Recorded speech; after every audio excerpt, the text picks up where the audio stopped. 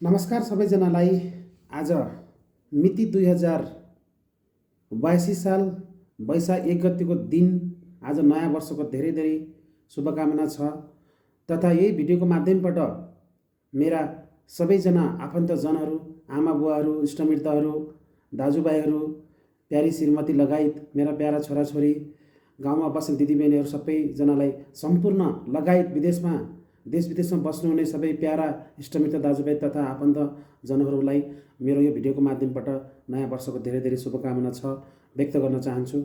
र हजुरहरूलाई यी बितेका पलहरू, पुराना कुराहरू सबैलाई बिर्सेर पनि नयाँ आउने दिनहरूमा, आउन सुनौलो दिनहरूको आजदेखि नयाँ वर्षको सुरुवातसँगै राम्रा दिनहरू बितुन् भन्ने एउटा यो भिडियोको माध्यमबाट हजुरलाई यही पशुपतिनाथको सम्झना गर्दै तपाईँहरूको भगवान्ले धेरै धेरै रक्षा गरून् भन्ने नयाँ वर्षको शुभकामना दिन चाहन्छु।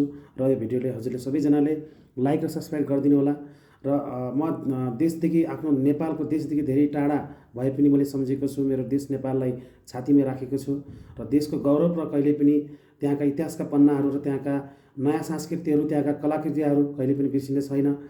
सबैजनालाई देशदेखि बाहिर भए पनि हामी एउटा विदेशको माध्यमबाट सम्झेको छु। म भारतको मुम्बईमा बसेको छु।